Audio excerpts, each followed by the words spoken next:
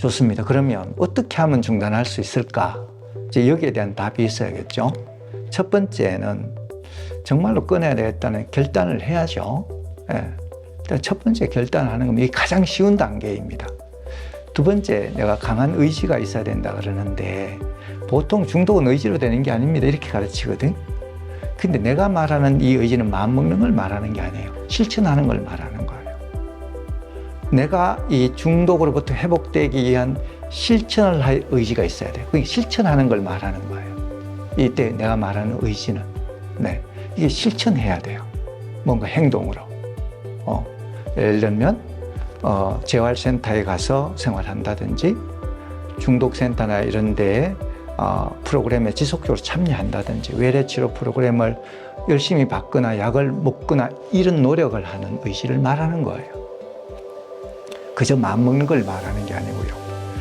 세 번째 중요한 것 중에 하나가 환경이 바뀌어야 돼요. 그 어떤 의지가 강한 사람도 똑같은 환경에 있으면 그게 계속 노출되면 안 하는 것은 정말 어려워요. 예. 그래서 환경의 변화가 분명히 필요합니다. 그래서 내가 유흥업소에 종사하고 그곳에 마약이 많은 곳이면 그 직장을 그만둬야 돼요. 그 지역을 옮기는 것도 가능하고 내가 이제 마약을 판매하고 이런 사람들의 연락처가 내 폰에 다 있다면 폰을 아예 바꿔야 돼요.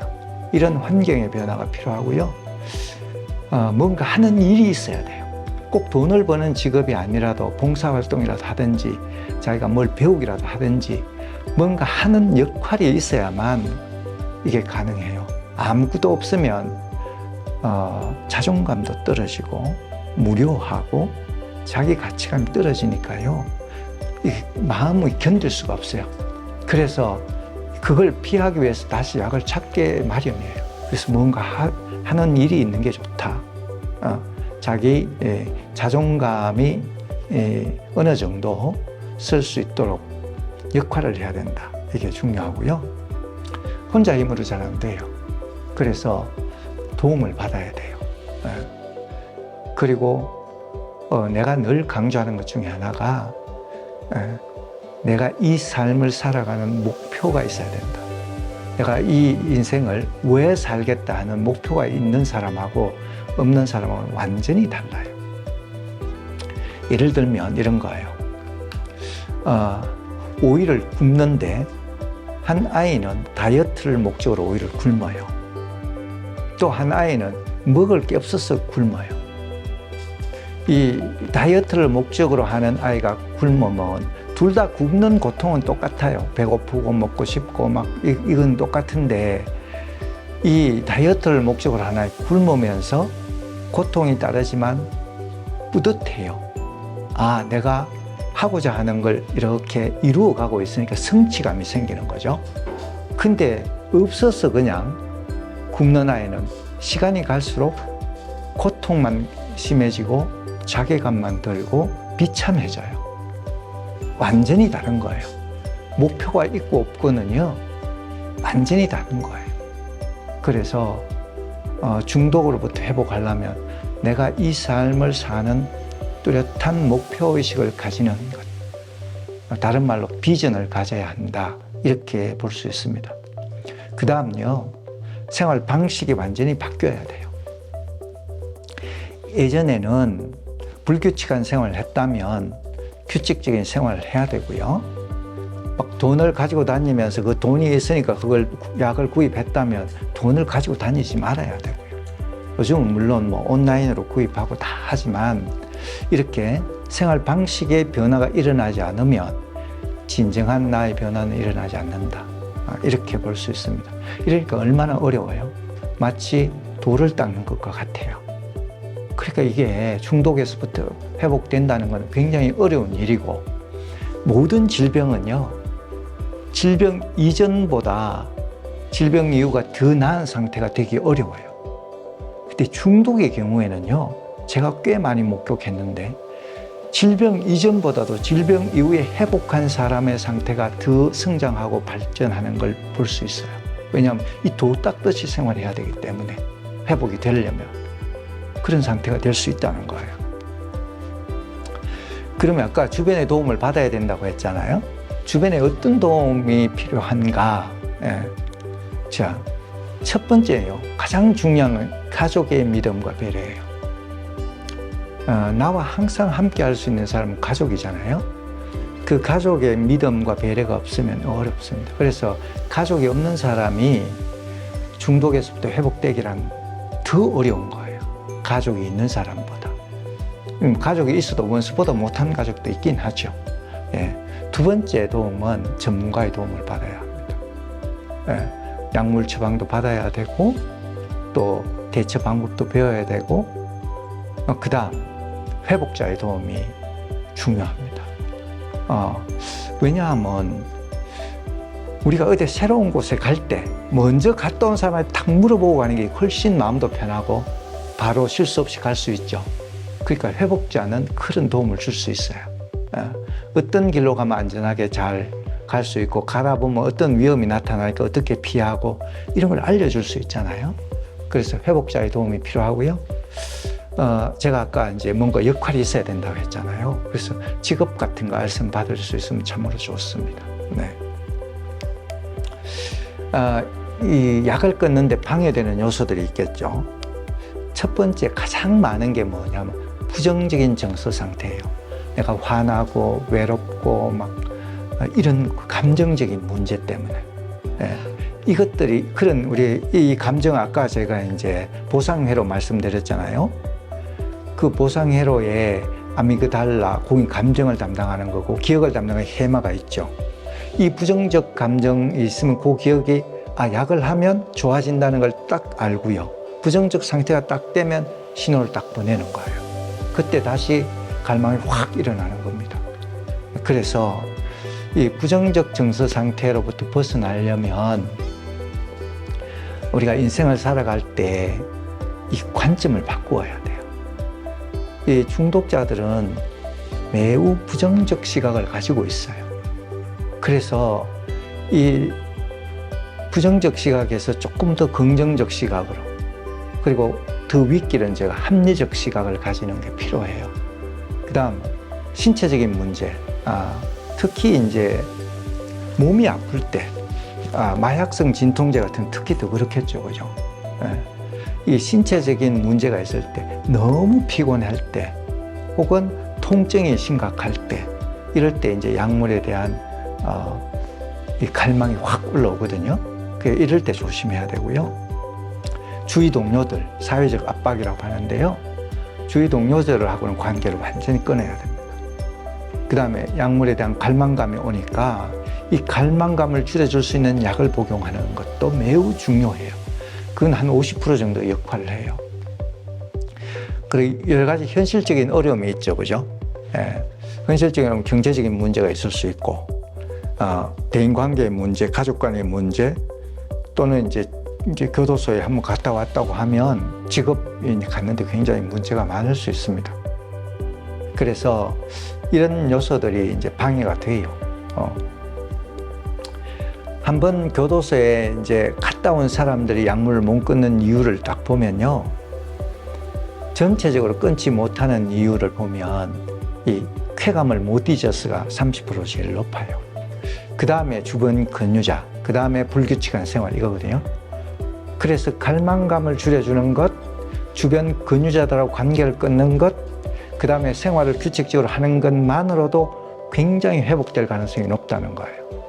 근데 출소 바로 이후에 약물을 못 끊는데 방해되는 요소는요, 1번이 주변 권유자예요. 딱 교도소에서 나오면요, 가족보다 먼저 알고 이 사람들이 딱 형님 한잔하러 가시죠 이렇게 한다는 거야. 그러면 뭐 몇 년간 이렇게 교도소 생활을 하다가 나와 한잔 하자고 하니까 어떻게 했어요? 금방 따라가서 하게 되는 거예요. 그런데 그 사람들 입장에서는, 판매자 입장에서 이 사람들이 고객이거든. 이 고객 관리를 하는 거예요. 그러니까 이게 주변 권유자들 때문에 못하고요. 두 번째가 불규칙한 생활이에요. 예. 교도소에서는 규칙적인 생활을 하다가 밖에 나오면 다시 불규칙한 생활로 바뀌어버려요. 이런 것들이 약물을 끊지 못하게 하는 요인이에요. 중독자들이 일반적인 문제 해결 방법은 뭐냐면요. 스트레스가 딱 나한테 오잖아요. 그럼 이걸 이성적으로 판단해서 뭔가 이 스트레스를 해결하거나 뭔가 결정하는 게 아니라요. 감정적으로, 본능적으로 판단하게 되어 있어요. 네? 그렇게 되면 감정이 기초가 된 결정을 하게 되면 어떤 문제가 있느냐. 이 행동을 하고 나서 어떤 결과가 올 거라고 아예 생각을 안 하는 거예요. 네? 그럼 처음에 내가 의도한 것과 완전히 다른, 나는 약을 안 하려고 했는데 언제 약을 하고 있는 거예요.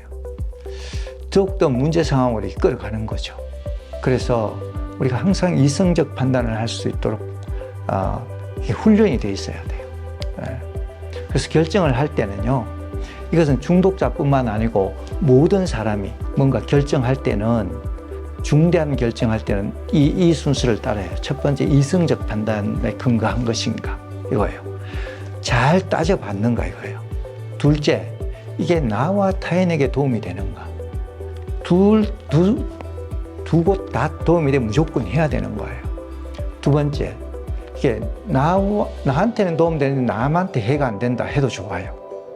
나한테는 뭘 별 해가 안 되지만 남한테 도움이 된다, 이거 하면 칭찬 들어요. 네? 근데 어느 한쪽이라도 해가 되면 안 해야 되는 거예요. 세 번째 우리가 해야 될 게, 결정할 때 이게 현실적으로 실현 가능한 일인가를 따져야 돼요. 네. 네 번째, 아무리 이게 다 되고 좋더라도 현재 시점에서 필요한 건가? 그래서 우리가 일에는 순서가 있거든요. 우선순위가 있어요. 우선순위는 급하고 중요한 것부터 해야 되죠. 그래서 예전에 센터의 직원 하나가 나한테 뭐라고 하냐, 너무 바빠가지고 매일 야근을 한대요. 그래? 일이 그렇게 많아?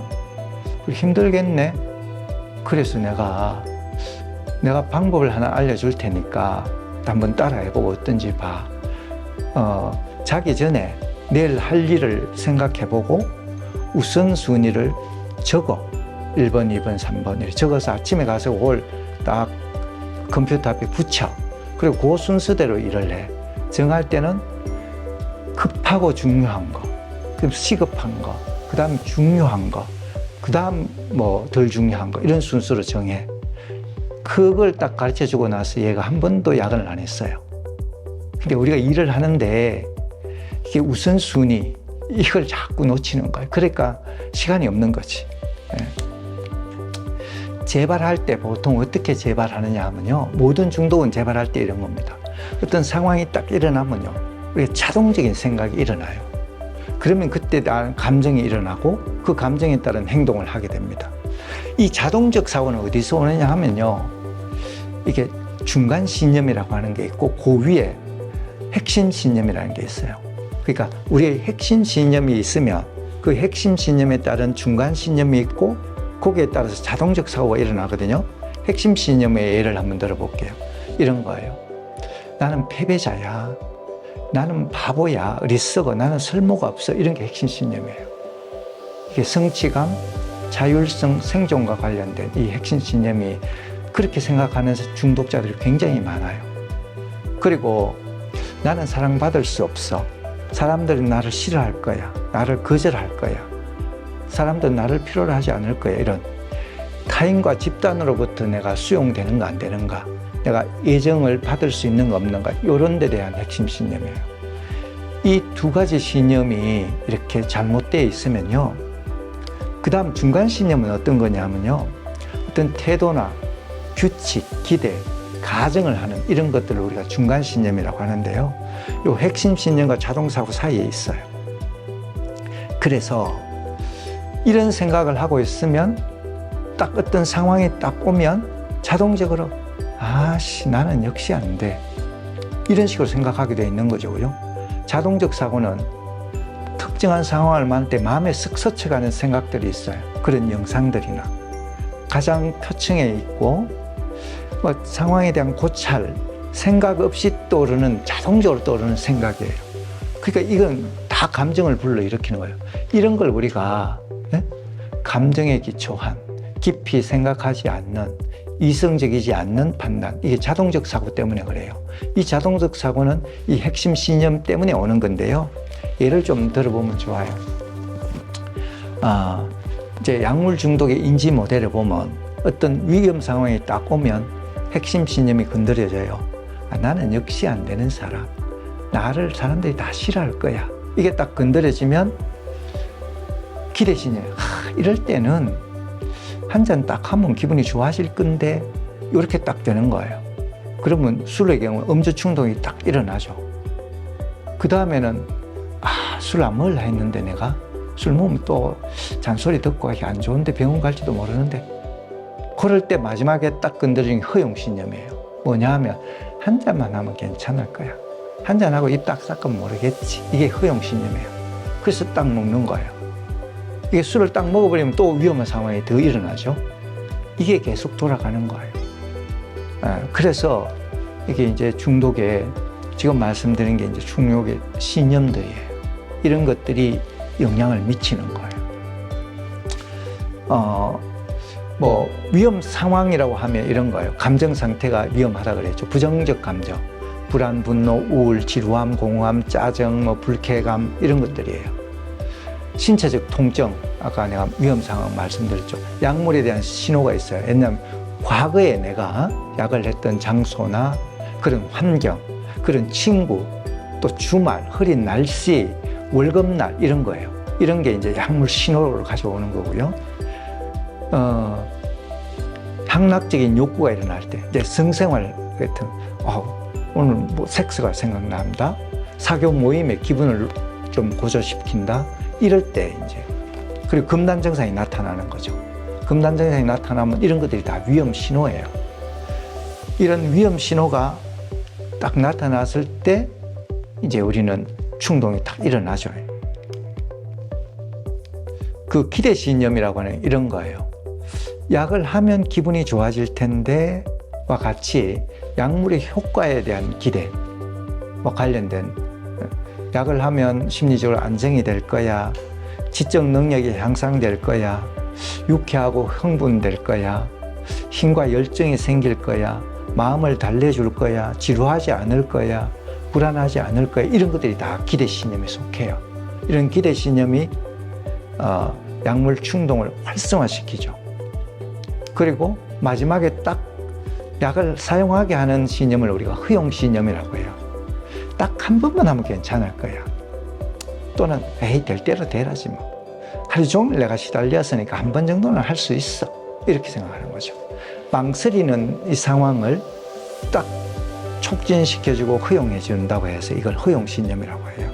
이게 약물 사용 행동의 최종 관문이에요. 그래서 많은 중독자들이 이렇게 기대 신념과 허용 신념을 가지고 있어요. 사례를 한번 보면 이런 거예요.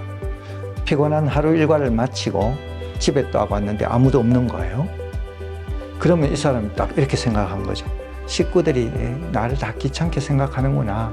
집에 아무도 없다는 건 날 무시하는 거야. 이런 생각을 딱 하니까 어때요? 기분이 우울해지는 거죠. 이럴 때 약 한 번 딱 하면 기분이 좋아질 텐데 하고 약을 딱 구하는 거예요. 이따 해도 될까 말까? 이거 하면 또 교도소 가는 거 아니야? 이렇게 생각하다가 에이 오늘 한 번만 하고 안 하면 되지. 오늘 한 번만 딱 하면 모를 거야. 요거에 이제 허용신념이에요. 이렇게 딱 하게 되는 거예요. 분석해보면 위험한 상황, 집에 왔는데 아무도 없는 게 위험 상황이고, 핵심 신념은 나는 실패한 인생이고 가족들이나 사람들은 나를 필요로 하지 않아. 이게 핵심 신념이에요. 자동사고는 식구들이 나를 귀찮아해, 나를 무시하는 거야. 이게 이제 자동사고가 되고, 감정은 우울하고, 기대신념은 한 번 하면 기분이 좋아질 거야. 허용신념은 한 번만 하면 아무 일도 안 일어날 거야. 이런 신념들이, 위험 상황과 신념들이 딱 합쳐져서 재발을 하는 거예요.